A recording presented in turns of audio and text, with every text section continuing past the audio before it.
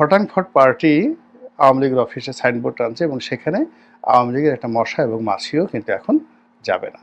ফলে কি হলো, এই আওয়ামী লীগ নিষিদ্ধ হওয়ার ফলে আপাতত -1 শেখ হাসিনা মাইনাস এবং শেখ পরিবার মাইনাস এই প্রকল্পটি একেবারে চিরদিনের জন্য অ্যাবান্ডেন্ট হয়ে গেল। আর আপনি এদেরকে রাজনীতি থেকে অ্যাবান্ডেন্ট করতে পারবেন না, এদেরকে নিয়ে আর কোনো পলিটিক্স করতে পারবেন না, নাম্বার 1। নাম্বার 2 হলো নিষিদ্ধ করে কখনো কোনো রাজনৈতিক মতাদর্শকে দমন করা যায় না, কেউ কখনো পারেনি। আওয়ামী লীগকে নিষিদ্ধ করে বরং একে আরও শক্তিশালী করা হলো, এদের মধ্যে ক্ষোভ তৈরি করা হলো, এদের মধ্যে ঘৃণা তৈরি করা হলো, এদের মধ্যে প্রতিহিংসা তৈরি করা হলো।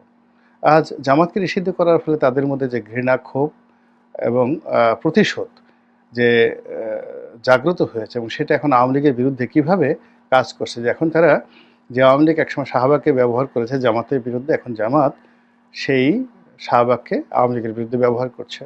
যেখানে এই বঙ্গবন্ধুর বাংলাদেশ, এই শেখ হাসিনার বাংলাদেশ, এখন তারা বলছে গোলাম আজমের বাংলাদেশ। এগুলো সবই আসলে ক্রোধ থেকে, ঘৃণা থেকে। এটা কিন্তু তার আগে থেকে বলতো না, এই কাজটা তারা করছে আওয়ামী লীগের কারণে। তো এই যে আওয়ামী লীগকে ব্যাকফুটেজে পাঠিয়ে দিয়ে জামাতের যদি 5 to 6% বা 3 to 4% তাদের সমর্থন থাকে, তাহলে 35% লোকের মনে ঘৃণা, ক্রোধ এবং বিক্ষোভ জাগিয়ে দেওয়ার পরিণতি কি হতে পারে, ক্যালকুলেটর লাগবে না, আপনি নিজেই মোটামুটি এটা বের করে ফেলতে পারবেন।